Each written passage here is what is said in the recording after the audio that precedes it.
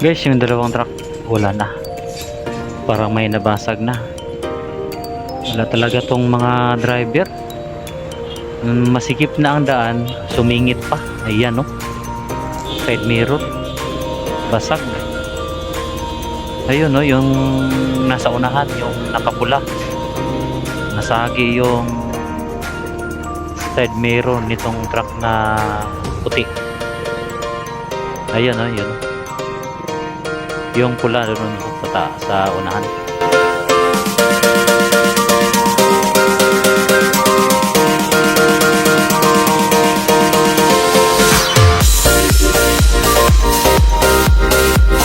Alam naman na malaki yung truck, sikip pa yung daan.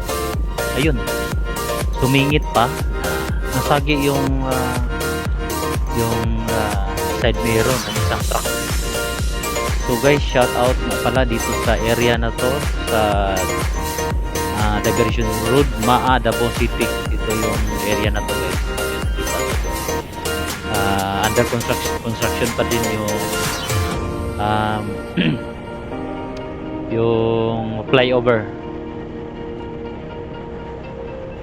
So balikan natin guys yung kanina, yung dalawang truck.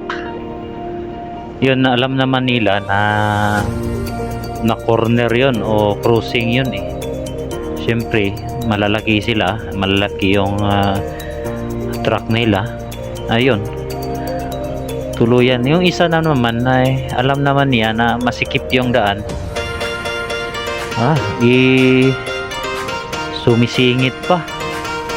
So thank you for watching guys. Nandito tayo ngayon guys sa may banda, sa may Crocodile Park. So thank you guys.